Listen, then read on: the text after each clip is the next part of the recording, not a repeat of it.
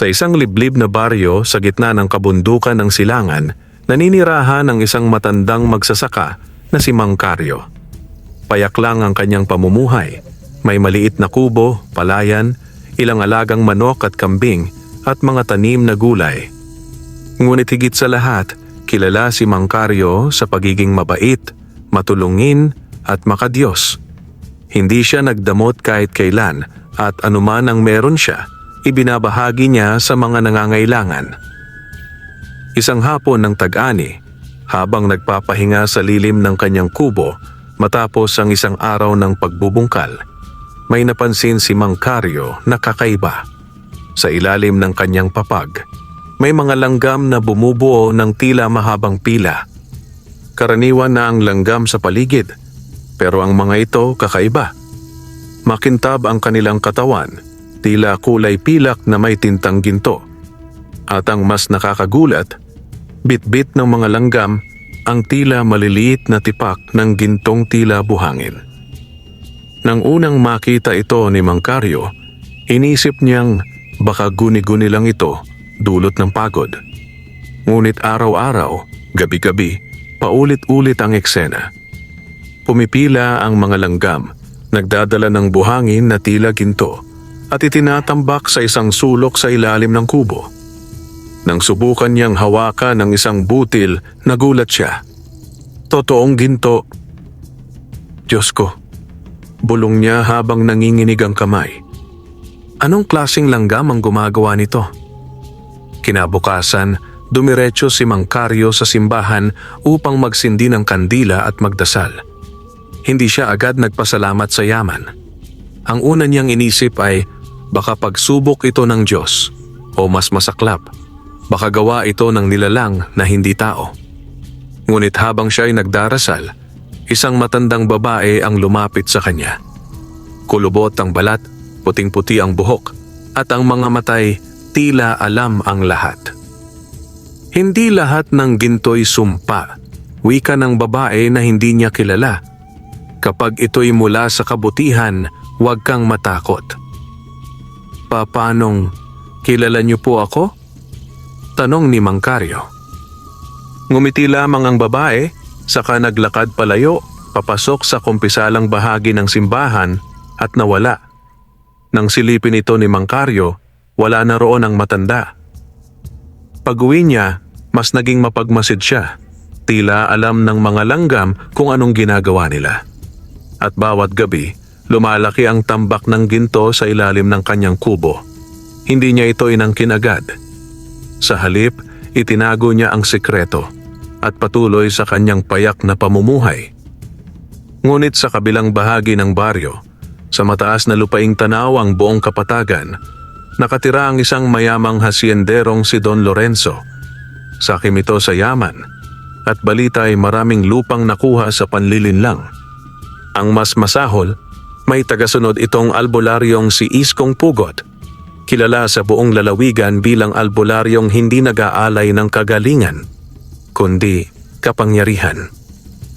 Isang araw, may isa sa mga tauhan ni Don Lorenzo ang napadpad sa palaya ni Mang Caryo at nakakita ng ilang bakas ng gintong buhangin malapit sa pinaghuhukayan ng mga langgam. Agad itong iniulat sa Don. Ginto sa kubo ng matandang iyon? Ani Don Lorenzo habang nakakunot ang noo. Hindi siya karapat-dapat dyan. Kung totoo yan, akin yan. Tinawag ni Don Lorenzo si Iskong Pugot at iniutos na alamin ang lihim ng magsasaka.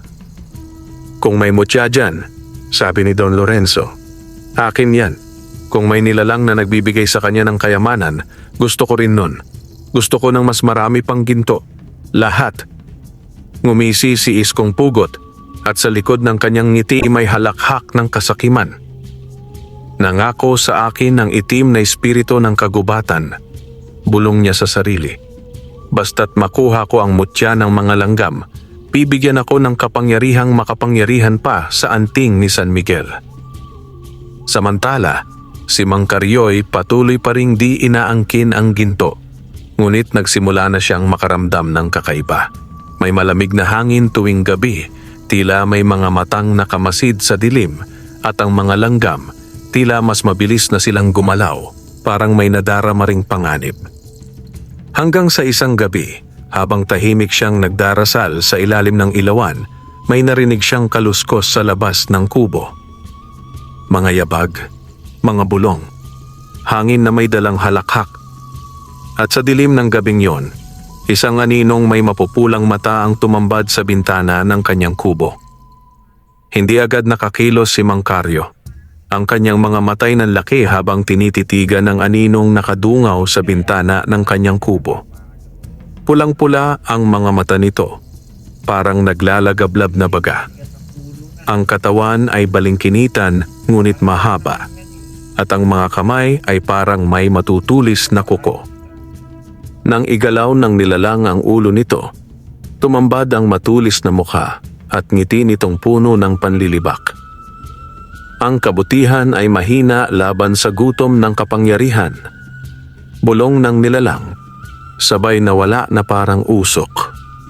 Napaluhod si Mang Carlo sa takot at dasal agad ang kanyang naging sandigan. Buong gabi siyang hindi nakatulog. Kinaumagahan, dumiretso siya sa liblib na bahagi ng baryo kung saan nakatira si Lola Adora, ang matandang babailan na bihirang makita ngunit pinaniniwala ang may kakayahang manggamot ng mga espiritual na sakit at makausap ang mga nilalang ng kalikasan. Pagdating niya sa lungga ni Lola Adora, tila inaasahan siya ng matanda. Nakaupo ito sa isang bilog na batong altar, may hawak na dahon ng laurel at insenso. Dumating na sila, wika ni Lola Adora. Hindi pa man nagsasalita si Mang Carlo. Ang langgam ay sagradong nilalang. Nagdadala sila ng yaman sa mga taong may busilak ang puso. Ngunit ngayon, may amoy na silang naamoy. Amoy ng kasakiman. Sino po sila, Lola? Ang mga mata sa dilim. Ang mga nilalang na nagpapanggap bilang tao. Pero matagal nang inalipin ng kadiliman. Isa sa kanila ay ang albularyong si Iskong Pugot. Kinilabutan si Mang Carlo. Totoo nga ang kanyang hinala. May masama ngang naghahangad sa yaman ng langgam. May mutya ang mga langgam na yan, dagdag ni Lola Adora. Mutya ng pagkakaisa at biyaya. Isa itong regalong likas mula sa diwata ng lupa para sa tulad mong matapat. Ngunit oras na maagaw ito ng masasama, gagamitin nila ito sa panlilinlang, sa digmaan, sa pagbubuhay ng mga nilalang na hindi na dapat bumalik. Nagbigay si Lola Adora ng pulseras na may 3 butil ng itim na batong mula sa bundok-bangan. Ito ang pananggamo sa gabi, anya.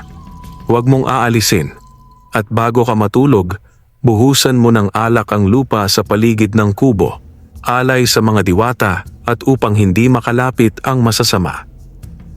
Samantala, sa kabilang dako ng baryo, isinasagawa na ni Iskong Pugot ang isang madilim na ritual. Sa gitna ng guwang sa punong balete sa gitna ng kagubatan, nakaupo siya sa loob ng bilog na may durog na buto ng ahas, buntot ng bayawak at dugo ng manok. Ipagkaloob mo sa akin ang kapangyarihang mapasailalim ang mga langgam. Bulong ni Isko habang pinipiga ang huling patak ng dugo sa mangkok. Bigyan mo ako ng mata upang makita ang mutya.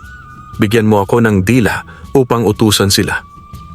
Isa apoy ang biglang lumiyab mula sa bilog ng durog na buto. Mula rito ay umangat ang isang anino. Hindi buo, ngunit may mukha ng hayop at katawan ng tao. May sungay ito. At sa leeg nito ay may nakalambitin na palamuting gawa sa bunganga ng ahas. May kabayaran ang kapangyarihang hinihingi mo, sabi ng anino. Dugo ng inosente at kaluluwa ng isang nilalang na may malinis na puso. Ngumisi si Isko. Sa kanyang isipan, alam na niya kung sino ang kanyang bibiktimahin. Mang Carlo, bulong niya. Malapit na. Sa mga sumunod na araw, napansin ni Mang Carlo na mas dumadami ang mga langgam. Ngunit hindi lang iyon ang kakaiba. Sa gabi, may mga aninong gumagala sa paligid ng kanyang kubo. Ang mga alagang kambing ay tila kinakabahan. Ang mga manok ay nagtitilihan kahit madilim na. Minsan, may naririnig siyang boses sa hangin. Hindi niya ito naiintindihan, ngunit alam niyang hindi ito para sa kanya. Isang gabi, habang binubuhusan niya ng alak ang paligid ng kanyang bahay kubo, nakita niyang muli ang mga langgam. Ngunit sa pagkakataong ito, nagsimula silang bumuo ng hugis. Isa itong pabilog, tila anting-anting. At sa gitna, unti-unting umangat ang isang bagay, isang maliit na batong kulay ginto na may liwanag. Mutya, bulong ni Mang Karyo. Biglang lumamig ang hangin. Isang boses ang sumigaw mula sa kagubatan. Isa na lang at aakyat na kami.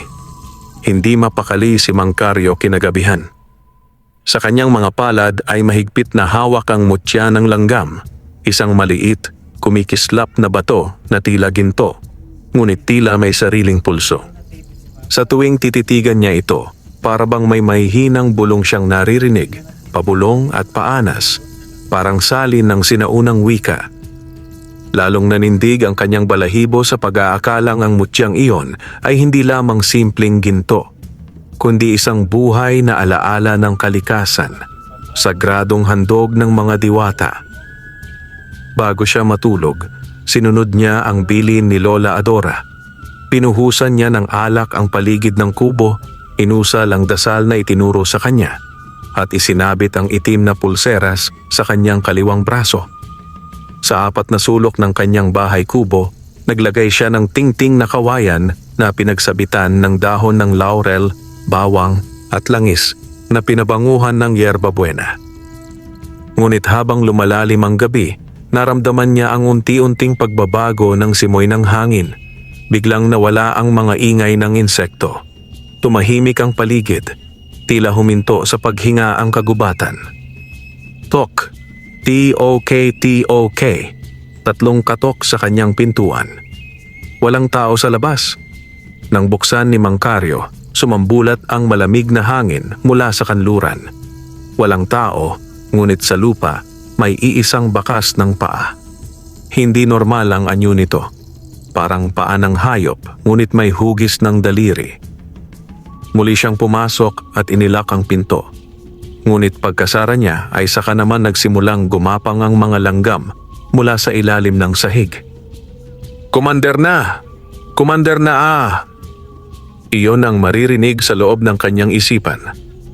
Hindi sa tainga, kundi sa kanyang mismong isipan, tila nakikipag-ugnayan ang mga langgam sa pamamagitan ng isip. "Kami tinatawag.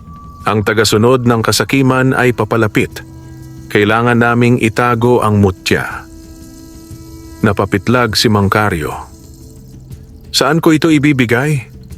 Tanong niya sa isipan. Hindi na siya nagtataka sa kakaibang komunikasyon. "Ilagay sa ilalim ng iyong unan. Huwag matulog. Kami ang magbabantay." Sumunod siya. Ngunit bago pa man niya mailapag ang mutya, biglang yumanig ang kubo. Umalingaw-ngaw ang malakas na tinig ng taong hindi tao. "Mang Karyo, isuko mo ang hindi sa iyo." Sumilip siya sa bintana. Sa ilalim ng liwanag ng buwan, nakita niya si Iskong Pugot, nakaputing barong, may hawak na baston na may ulo ng ahas. Kasama nito ang 5 nilalang na nakaitim, may mahahabang leeg at mapuputlang balat. Ang kanilang mga matay walang puti, itim lang ang buong mata. "Ang gabing ito'y sa akin," sigaw ni Isko. Biglang umalulong ang hangin. Ang mga langgam, libo-libo, ay sabay-sabay na gumapang palabas ng bahay kubo. Tila may utos silang sinusunod. Pumulupot sila sa paligid ng kubo, at sa ilalim ng lupa ay tila gumagawa ng panibagong anyo. Isang bilog na may mga sinaunang ukit. Isinugod ni Iskong Pugot ang kanyang mga alagad. Tumalon ang isang nilalang papunta sa bubong ng kubo. Ngunit bago pa man ito makalapit, umilaw ang pulseras sa braso ni Mang Karyo at napaso ang nilalang. Sumigaw ito ng malakas at tumilapon pabalik sa kagubatan. "Hindi kayo mananalo. Protektado ang taong ito ng mutya ng langgam. Sigaw ng tinig mula sa dilim. Hindi kay Karyo, kundi sa paligid mismo. Lumabas mula sa anino ng puno si Lola Adora. Suot ang kanyang balabal na may bordang dahon at may dalang baston na may inukit na mata sa dulo. Umusal siya ng matandang orasyon. Ang hangin ay nagsimulang bumigat, ang lupa'y gumalaw. Isko, umuwi ka na, bago pa magising ang mga tagapagbantay ng kahoy at ugat. Ngunit ngumisi lamang si Iskong pugot. Luma na kayo, Adora. Panahon na ng mga nilalang na hindi sumusunod sa batas ng kalikasan. Itinaas niya ang kanyang baston at mula sa lupa lumitaw ang dalawang nilalang. Parang daga, ngunit kasing laki ng kabayo. Nangangaliskis ang balat at may mga pakpak ng paniki. Biglang sinugod ng mga nilalang ang kubo. Karyo, ilapag mo sa lupa ang mutya. Sigaw ng tinig sa isipan niya. Wala na siyang inaksayang panahon. Mula sa ilalim ng kanyang unan ay inilabas niya ang mutya at inilapag sa gitna ng sahig. Sa isang iglap, sumambulat ang napakalakas na liwanag mula sa mutya. Lahat ng nilalang ni Isko ay napaurong. Ang lupa ay tila nagliwanag. Mula sa pinakailalim ng lupa ay lumitaw ang isang dambuhalang langgam. Itim ang katawan, may gintong guhit sa likod at sa kanyang ulo ay may korona ng dahon at ginto. Ako si Lakandiwa, tagapangalaga ng mutya ng langgam. Ang kagubatang ito'y hindi sa inyo. Tumindig si Isko. Ang kanyang muka ay balot ng galit. Hindi pa tayo tapos. Sabay dampot ng isang pulang alikabok mula sa kanyang bulsa at itinapon ito sa ere. Biglang naglaho si Isko at ang kanyang mga alagad. Bumalik ang katahimikan. Tumayo si Lola Adora, lumapit kay Mang Karyo. Ang digmaan ay nagsimula na. Ang mutya ay kailangang ilipat sa isang lugar na hindi basta matutunton. Tumango si Mang Karyo. At ako ang magbabantay. Kinabukasan, maagang gumising si Mang Karyo. Hindi pa man sumisikat ng lubusan ng araw ay tinawag na siya ni Lola Adora. May daladala itong puting telang may mga nakaburdang sinaunang simbolo. At sa gitna nito'y binalot ang mutya ng langgam. Hindi na ligtas na itago sa bahay mo ang mutya, Karyo. Marami pang tagasunod si Isko Pugot. At hindi lang sila mga tao. Tahimik lang na tumango si Mang Karyo habang pinagmamasdan ang maliliit na langgam na tila walang kapagurang nakaalalay sa paligid. Parang may sarili silang hanay at tungkulin. May nakabantay, may naglilinis, may gumagapang sa palad ni Karyo na parabang naglalagay ng langis mula sa kanilang katawan. Saan natin dadalhin ang mutya, Lola? Tanong niya.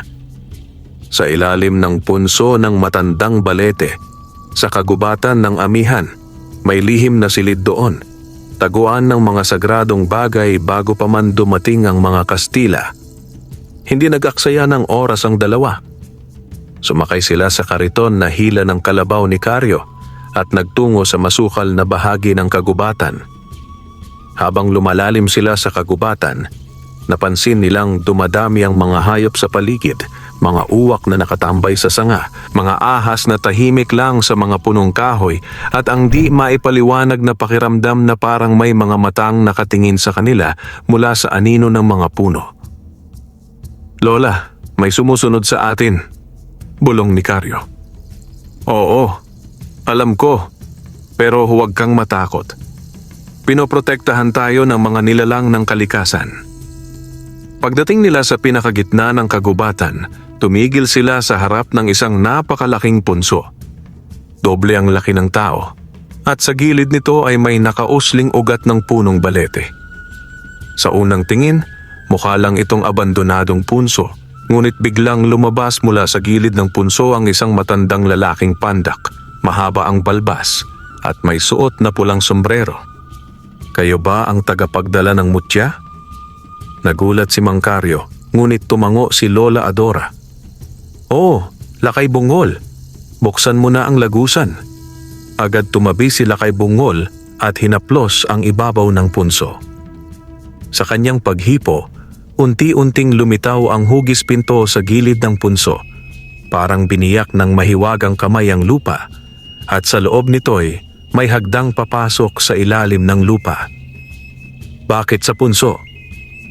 tanong ni Caryo habang bumababa sila.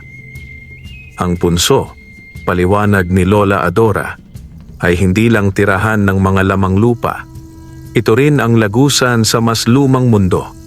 Isang lugar kung saan iniingatan ang mga sinaunang anting, mutya at kapangyarihan na ipinagbabawal na ngayon. Sa ilalim ng punso, may silid na yari sa pinatigas na ugat ng punong kahoy. Sa gitna nito'y may altar na may ukit ng isang dambuhalang langgam, nakayuko sa isang babae, isang diwata marahil. Doon nila inihandog ang mutya, nilagay sa kahon ng ginto na binantayan ng libo-libong langgam na biglang nagsilabasan mula sa mga dingding ng punso. Sa silid na ito, sabi ni Lola Adora, "Ligtas muna ang mutya, ngunit hindi habang panahon. Sa susunod na buwan, sa gabi ng itim na buwan, babalik si Isko Pugot upang kunin ito. At hindi siya nag-iisa. Dadalhin niya ang mga nilalang mula sa silangan, mga itim na manananggal, mga pugot na aswang, at ang albularyong sumumpa ng lupa. Mayroon ba tayong kakampi?" "Oo, ngunit kailangan mo muna silang hanapin." Tumango si Mang Caryo. Sa kanyang dibdib ay nabuo ang panibagong pangako. Hindi siya pinili ng langgam upang maging bantay lamang ng ginto. Pinili siya upang maging tagapag-ingat ng balanse, ng mabuti at masama, ng tao at ng kalikasan. Habang paakyat sila mula sa ilalim ng punso, biglang umalingaw-ngaw ang tinig nila kay Bungol. "Huwag kang lalayo, Mang Caryo. Darating ang gabi ng mga walang anino. Doon ka masusubok kung tunay kang karapat-dapat sa mutya ng langgam." Sa muling pagbabalik sa kanyang bahay kubo, dala ni Mang Caryo ang hindi maipaliwanag na bigat sa dibdib. Parang may bumangong pakikibaka sa kanyang kaluluwa. Hindi lang laban sa sakim na hatyendero, kundi laban sa madilim na puwersang unti-unting gumagapang sa kanilang lupain. Tahimik ang gabi. Ngunit hindi ito ang karaniwang katahimikan. Walang huni ng kuliglig, wala ring ihip ng hangin. Ang mga punong dating sumasayaw sa ihip ng amihan ay tila nanigas sa takot. Habang nakaupo si Mang Caryo sa kanyang bangkito, nilapitan siya ng isang langgam, mas malaki sa karaniwan at may makinang na gintong likod. Gumapang ito pataas sa kanyang braso, papunta sa kanyang leeg at saka bumulong. Hindi sa salita, kundi sa isip. Dumating na sila, ang mga nilalang ng gabi. Huwag kang matulog. Huwag kang lalabas sa liwanag ng buwan. Sa gabi ng mga walang anino, ang kalaban ay hindi nakikita kundi nararamdaman. Biglang bumukas ang mga mata ni Mang Caryo. Nasa pagitan pala siya ng gising at tulog. At sa labas ng kanyang bahay, may aninong dumaan. Walang yapak, walang tunog, ngunit sa kabila ng liwanag ng buwan, wala itong anino. Sa kabilang panig ng baryo, si Isko Pugot ay nasa isang lumang simbahan na matagal nang nilisan ng tao. Sa altar, nakatirik ang mga kandilang itim, at sa harapan nito ay nakaluhod ang kanyang tagasunod. Isang albularyong nakasuot ng pulang balabal na may balisong sa baywang at may talisman ng kaliskis ng sawa sa leeg. Siya si Don Hermogino, ang dating manggagamot ng bayan na tumalikod sa sining ng kabutihan at yumakap sa kapangyarihang madilim. Wala na ang mutya sa bahay ni Caryo, ulat ng isang aninong nilalang na parang usok na tao. "Alam ko na kung nasaan," sabay turo ni Don Hermogino sa lumang mapa ng kagubatan ng amihan. Sa ilalim ng punso ng balete, ipinagkatiwala nila ito sa mga espiritong lamang lupa. Ngunit kahit sila, takot sa akin. Tumawa si Isko Pugot. Huwag pa nating kunin ngayon. Subukan muna natin ang lakas ni Karyo. Sa gabi ng mga walang anino, padalhan siya ng mga anino talon. Sa bahay ni Mang Karyo, unti-unting nagdilim ang paligid kahit wala namang ulap. Sa kanyang bintana, biglang lumitaw ang isang babaeng may mahabang buhok, putla ang balat, at ang mata ay parang basag na salamin. Nanginginig ang hangin sa paligid niya at habang lumalapit, hindi ito nagiiwan ng anino. Lumapit pa lalo ito sa pinto. Naglalakad pero walang tunog ang yapak. Biglang gumalaw ang mga langgam sa bahay. Libo-libo sila. Bumaba sa bubong, gumapang sa sahig at bumuo ng pulutong sa harapan ng pinto. Paglapit ng nilalang, sabay-sabay silang bumuga ng liwanag mula sa kanilang katawan. Maliit ngunit matatalim na sinag na parang ginto. Kayo'y hindi katanggap-tanggap dito. Tinig na nagmula sa pinuno ng mga langgam. Umurong ang nilalang. Napasigaw ito, hindi sa sakit kundi sa takot. Parang sinusunog ng gintong liwanag ang kanyang di makataong laman. Bigla itong naglaho, iniwan ng malamig na hangin at bahid ng asupre sa paligid. Ngunit hindi pa tapos ang gabi. Mula sa kalangitan, bumaba ang isang kakaibang ulap, itim, mabigat at may kasamang hangin na parang may dalang bulong ng mga nawawala. Umalingaw-ngaw ang boses ni Don Hermogino sa hangin. Karyo, kung iniisip mong kaya mong ipaglaban ang mutya, samahan kita sa laban.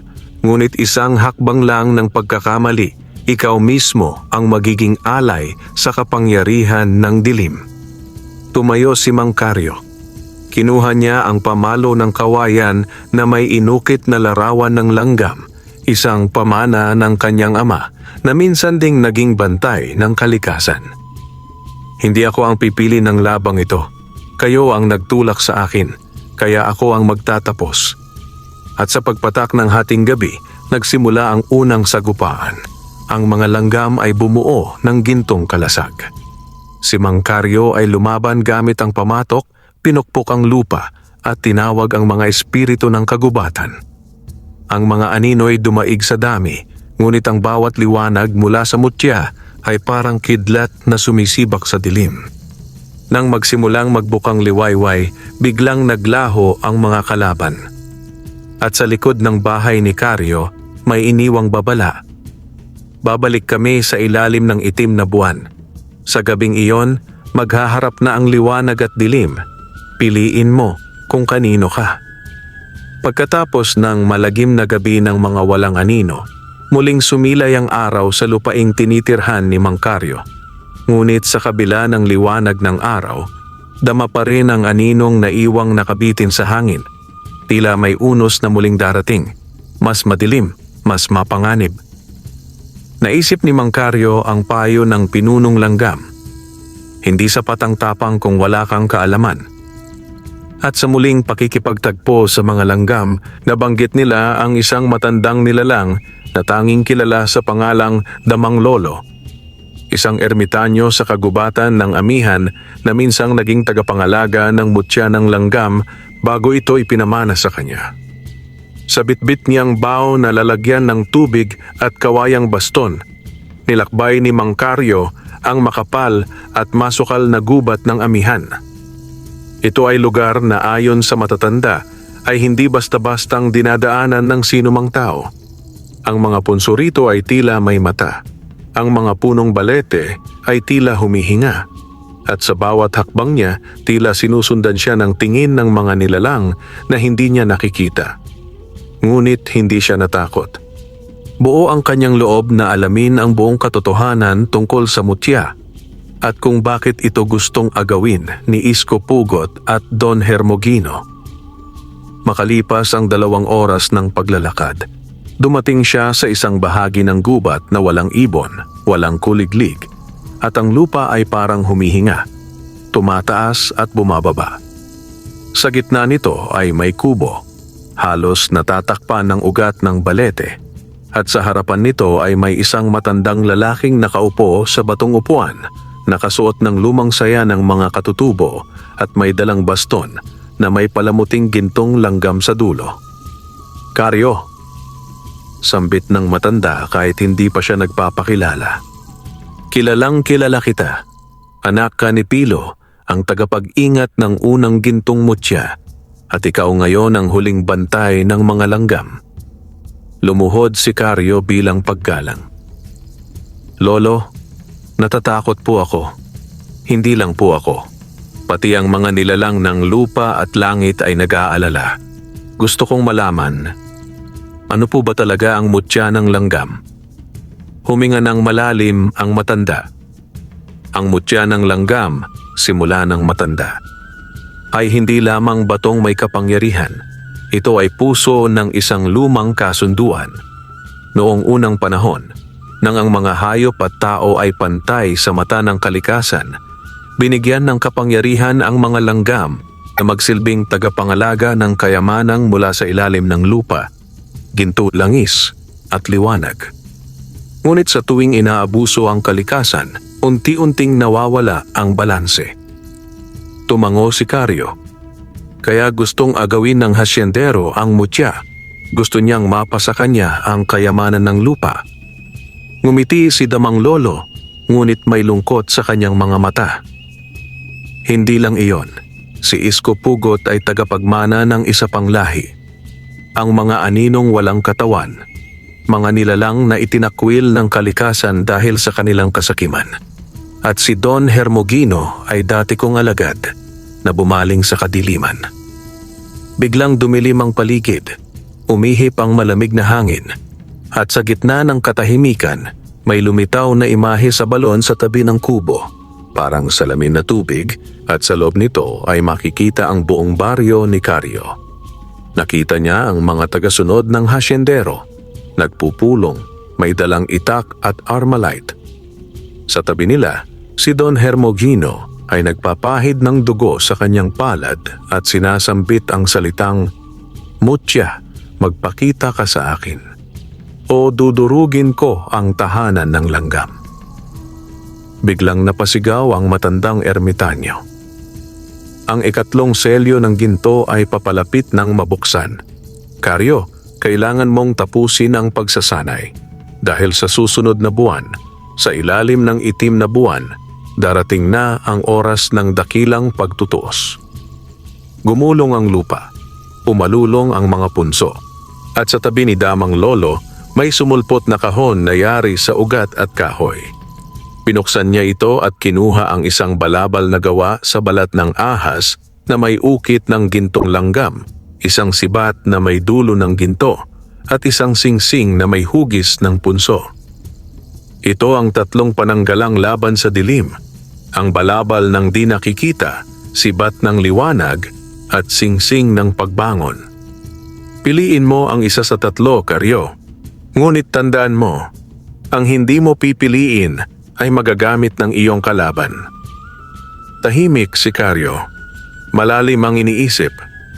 Ngunit sa bandang huli, marahan siyang tumayo at itinuro ang sibat ng liwanag. "Hindi ko sila matatalo kung hindi ko sisindihan ang apoy ng katotohanan." Tumango ang ermitanyo. "Mag-ingat ka, anak ng liwanag. Dahil sa susunod na kabanata ng buhay mo, masusubok hindi lang ang iyong lakas, kundi ang tibay ng iyong puso." Gabi na nang makabalik si Mang Karyo mula sa gubat ng amihan. Hawak niya ang sibat ng liwanag, nakatago sa loob ng balat ng bayawak, at dala ang babala ni Damang Lolo. Isang babalang nagsasabing ang selyo ng ginto ay nalalapit ng mabuksan. At sa oras na iyon, magigising ang mga nilalang na kayang gumising sa pinakamasasamang anyo ng kasakiman. Hindi pa man siya nakakapahinga nang biglang umalingaw-ngaw ang isang malalim na ugong mula sa ilalim ng lupa. Kumislot ang mga punso sa paligid ng kanyang bahay kubo. Ang dating mapayapang langgam na dalay ginto ay tila nabalisa. Sa liwanag ng buwan, lumitaw ang pinunong langgam, mas malaki pa sa dati. Dala ang isang maliit na kasulatan na gawa sa hinabing mga hibla ng puno. Kinagat ito ng langgam at iniabot kay Karyo. "Panahon na," sabi ng pinuno sa kanyang isipan. "Ano ang ibig mong sabihin?" Ang punso ng kabundukan ay nagising at sa kanyang paggising, bumukas ang ugnayan ng mundo ng tao at ng mga nilalang sa ilalim. Nais kanilang makausap, mga diwata ng lupa, mga tagapangalaga ng batas ng kalikasan. Gusto kanilang subukin. Habang binabasa ni Karyo ang sulat, biglang bumuka ang lupa sa harap ng kanyang bahay kubo. Mula rito ay umangat ang isang bilog na hagdanang yari sa sinasalamin na bato at lumulutang na liwanag. Mula sa pinakailalim ay umaagos ang malamig na hangin na may samyo ng bulaklak, luad at lumang alikabok. Pumasok si Karyo, dala ang sibat, habang nakasunod ang ilang langgam sa kanyang balikat at kamay. Pagdating sa dulo ng hagdanan, bumungad sa kanya ang isang nakabibighaning lugar. Isang palasyong yari sa makikintab na ugat ng punong kahoy. May mga pader na gawa sa buhanging pilak at kisameng may mga naglalakad na ulap. Sa gitna ng trono, nakaupo ang 3 diwata ng lupa. Ika-isa si Dayang Bulan Diwata ng ilaw at liwanag ng ginto. Ikalawang si Lakan Banwa tagapangalaga ng likas na yaman. 3 si Janara Diwata ng hustisya sa pagitan ng tao at kalikasan. Tinitigan nila si Karyo, tahimik, walang galaw. Ngunit dama niya ang bigat ng bawat titig, tila hinuhukay ang laman ng kanyang loob. Lakan Banwa. Ikaw si Karyo, anak ni Pilo. Apo ni Luntiang Alitaptap. Bakit mo gustong panatilihin ang mutya ng langgam? Karyo. Dahil ito ay hindi para sa iisa. Ito ay para sa lahat. Tao, hayop, halaman at langgam. Kapag nawala ito, lulubog ang lupa sa kasakiman. Tahimik muli ang mga diwata. Dayang Bulan. Marami ng tulad mo ang sumumpa ng katapatan, ngunit sa huli naging alipin ng pagnanasa. Ano ang kaibahan mo? Humigpit ang hawak ni Karyo sa kanyang sibat. Dahil hindi ako nag-iisa, may langgam sa aking palad, may kasaysayan sa aking ugat, at may liwanag sa aking dibdib na hindi kayang takpan ng kadiliman. Biglang lumiwanag ang paligid. Umangat mula sa paligid niya ang mga sagradong punso. Bawat isa'y may bahaging nawasak na. Ang mga diwata'y tila biglang naging mga hugis abo, nakaluluhang anino ng sarili nilang dating kapangyarihan. Janara. Kailangan mong ayusin ang 3 punso ng panahon. Kapag naibalik mo ang balanse, ituturing ka naming tagapangalaga ng ginto. Ngunit kung mabigo ka, ikaw na rin ang magiging dahilan ng pagbagsak ng sagradong kasunduan. 3 punso, 3 pagsubok. Ang unang pagsubok, punso ng paglimot. Sa lupaing kinalimutan ng mga tao, may puntod ng langgam na pinatay ng kasakiman. Kailangan itong buhayin gamit ang isang alaalang totoo. Ang ikalawang pagsubok, punso ng panlilinlang. Dito naninirahan ang mga espiritong nagpapanggap. Kailangan niyang tukuyin ang tunay sa huwad, kahit sila'y magmukhang minamahal niya. Ang ikatlong pagsubok, punso ng paninindigan. Kailangan niyang piliin, buhay niya o buhay ng buong kabundukan. Janara, kapag handa ka na, sabihin mo lamang ang mga salitang, liwanag ng ginto, gabayan mo ako, at magbubukas ang unang punso. Tumango si Karyo. Humakbang pabalik sa liwanag, dala ang bigat ng susunod na hamon. Ngunit sa kanyang puso, nagniningas ang tapang na di kayang patayin ng kahit anong kadiliman. Sa labas ng kagubatan, nakatayo si Don Hermogino sa tuktok ng bundok. Hawak niya ang isang palamuti, mukhang gintong uod, at sa kanyang tabi, si Isko Pugot ay nagngangalit, nakaluhod sa tapat ng punso, nagdarasal sa aninong bumalot sa langit. Isko Pugot, huwag mo akong biguin kadiliman. Ibigay mo sa akin ang mutya at dudurugin ko ang kalaban. Biglang lumabas mula sa punso ang isang nilalang. Itim na langgam, Malaki, may pakpak at mata na kulay dugo. Sa ilalim ng madilim na langit, binasag ng katahimikan ang isang malalim na bulong mula sa punso. Ang itim na langgam na may pakpak ay lumipad mula sa lupa, waring hudyat ng isang sinaunang sumpang muling nagigising. Sa isang iglap, ang paligid ni Don Hermogino ay nabalot ng makapal na ulap. Nakatingala siya, habang si Isko Pugot ay paluhod na nag-aalay ng sarili. Isko Pugot, sumpa ng kadiliman, pakinggan mo ako. Ialay mo sa akin ang lakas ng langgam na hindi tinanggap ng lupa, at kapalit nito, isusumpa ko ang aking laman, aking dugo, at aking kaluluwa. Biglang kumagat ang itim na langgam sa leeg ni Isko. Hindi ito ordinaryong kagat, parang sinipsip nito ang diwa niya habang binubudburan ng itim na alikabok ang buong katawan. Nang matapos, si Isko ay hindi na tao kundi kalahating nilalang. Itim ang balat, pulang mata, at may pabalat na tila chitin sa kanyang likod. Don Hermogino, ngayon Isko, hindi ka na basta albularyo, isa ka ng sumang anak ng itim na punso, ang unang tagapagdala ng dilim. Hanapin mo si Karyo at agawin ang mutya ng langgam. Sa kabilang banda ng kagubatan, dumating si Karyo sa unang punso, ang punso ng paglimot. Ito'y tila ba nakalubog sa sarili nitong lungkot. Walang kahit anong insekto sa paligid. Patay ang hangin, patag ang lupa, at sa gitna ay isang lumang krus na gawa sa matigas na pulang kahoy. May ukit na, "Huwag mo akong kalimutan." Langgam sa balikat ni Karyo. Ito ang puntod ng amang langgam, ang dating pinuno bago ang ginto. Siya ay pinatay ng kasakiman ng mga tao. At lahat ng kanyang alaala ay binura ng panahon. Kailangan mo siyang buhayin gamit ang isang alaalang totoo. Ngunit hindi mo ito makikita gamit ang mata. Lumuhod si Karyo. Ipinasok niya ang mga daliri sa lupa. Mainit, matigas, mabigat. Mula sa ilalim, tila may humahatak sa kanyang alaala. Biglang bumalik sa kanya ang larawan ng kanyang ama, si Tatay Pilo, na minsang nagligtas ng isang langgam na ginagapang ng apoy sa gitna ng kanyang taniman. Pinasok niya ito sa isang lumang kahon at inalagaan. Ang langgam na iyon, ang pinunong langgam ngayon. Karyo, Tatay, ikaw ang unang naniwala na ang maliliit ay may silbi.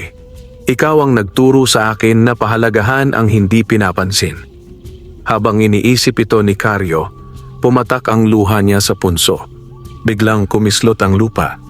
Unti-unting umahon ang isang hugis langgam, puti at malinaw. Dahan-dahan itong naging hugis ng isang matandang pinuno ng mga langgam, si Amang Langgam. Amang Langgam, nagsalita sa isip. Ang alaala ng kabutihan ay ang tanging makakabuhay sa mga nilimot. Karyo, pinasa mo ang unang pagsubok. Ngunit mag-ingat ka. Ang iyong anino ay hinahanap na ng kadiliman. Sa bahay kubo ni Karyo, nagising si Lola Bindang, ang matandang bulag na manggamot sa baryo. Bagaman di na siya makakita, dama niya ang pagyanig ng kalikasan. Lola Bindang, bulong sa hangin. Bumalik ang itim na langgam. Kung ganoon, hindi sapat ang liwanag ng isa, kailangan ang lakas ng dugo. Tumindig siya, kinuha ang kanyang tambol, nayari sa balat ng sawa, at binigkas ang sinaunang awit ng mga manggagamot. Isang mutyay itinatago. Sa pawis ng dukhat mga payak. Ngunit kung magising ang anino, sanggol ng liwanag, huwag hayaang mawala sa dilim. Samantala, lumapit si Isko sa baryo ni Karyo. Nakatayo siya sa ilalim ng puno ng mangga, nagmamasid. Unti-unting naglalabasan ng mga itim na langgam sa paligid. Ang bawat kagat ng mga ito ay nagdudulot ng pagkalimot sa mga tao. Isang matandang babae ang lumapit sa kanya. Matandang babae. Ikaw ba si Mang Isko? Kilala kita noon, hindi ba? Ikaw yung albularyong bumig. Kesap! Tinapik siya ni Isko sa noo. Nang tingnan siya muli ng babae. matandang babae. "Sino ka? Anong ginagawa ko rito? Nasaan ako?" Ngiti lang ang sagot ni Isko. Sa kanyang mga mata, makikita ang galak ng tagumpay.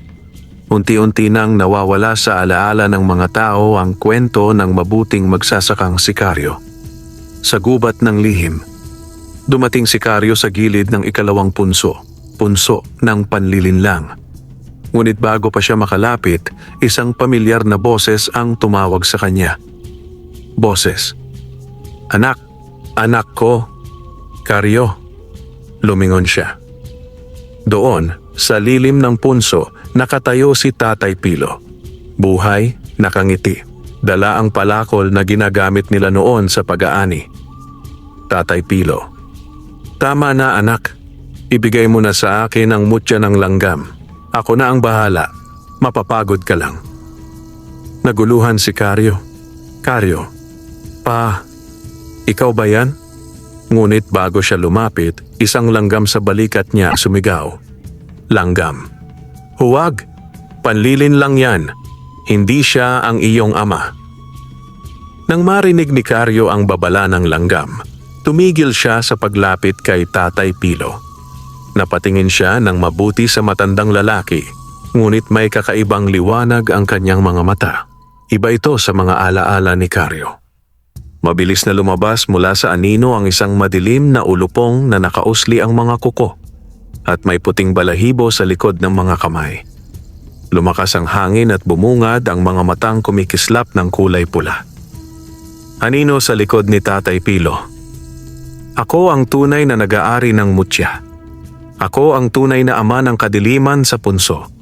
Huwag mo akong paniwalain sa larong iyon, Karyo." Nakita ni Karyo na ang Tatay Pilo ay unti-unting nagiging malabo, waring bula sa ilalim ng sikat ng araw.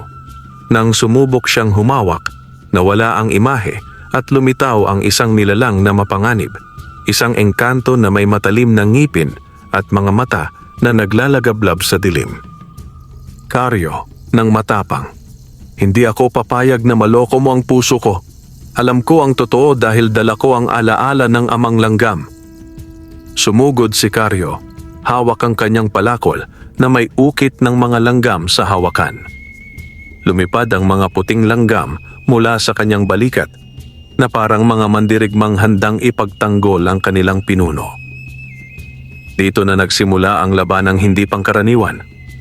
Ang anino ay nagpakawala ng mga itim na langgam na kumakain ng liwanag sa paligid, habang si Karyo ay pinapaliguan ng puting langgam na nagbibigay ng lakas at proteksyon.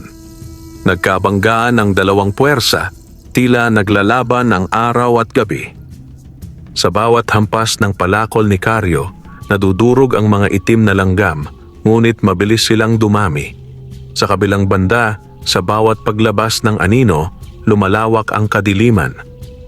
Sa gitna ng labanan, isang mahigpit na ingay ang bumalot sa paligid, ang huni ng langgam.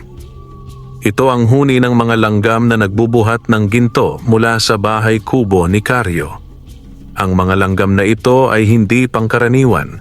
Sila ang tagapag-alaga ng yaman ng lupa, ng ginto na hindi na ipapakita ng mga mata ng tao, ngunit nararamdaman sa puso.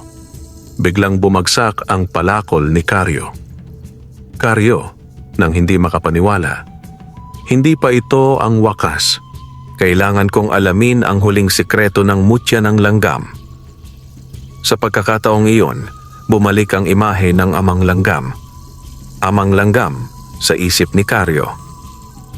Ang tunay na kapangyarihan ay hindi nasusukat sa lakas o ginto, kundi sa puso na nagmamahal at naglilingkod.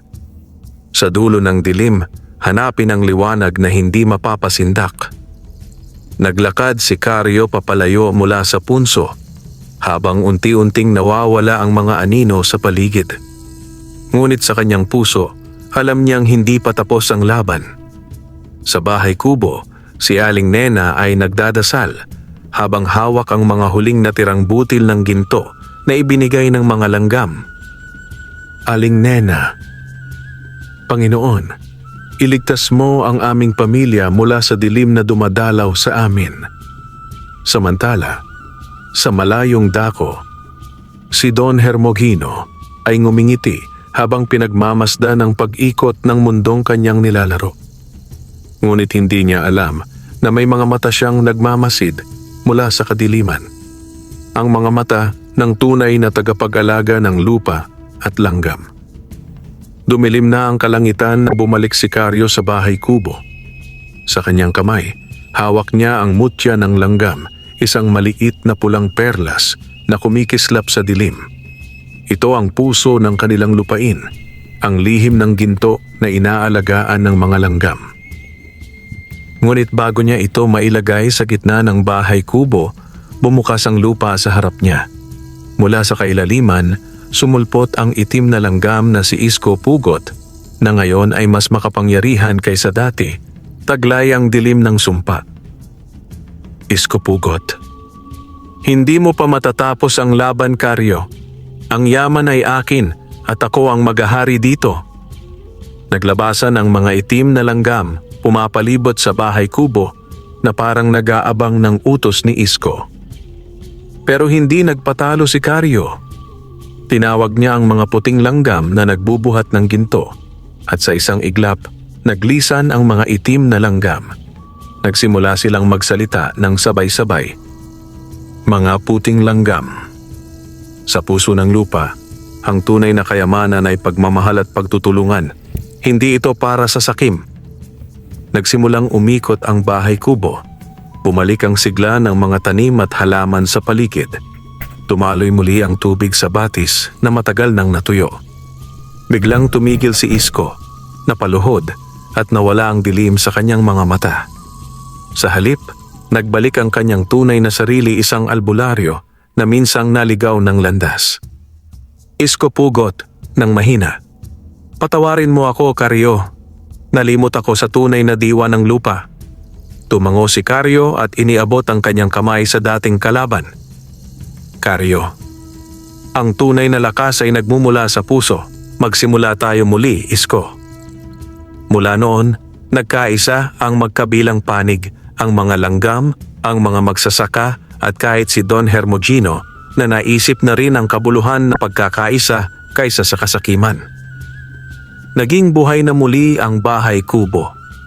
Ang mga langgam ay patuloy na nagbubuhat ng ginto, hindi para sa isa, kundi para sa lahat. Ang lupa ay pinagpala at ang mga tao'y namuhay ng masagana at masaya. Wakas.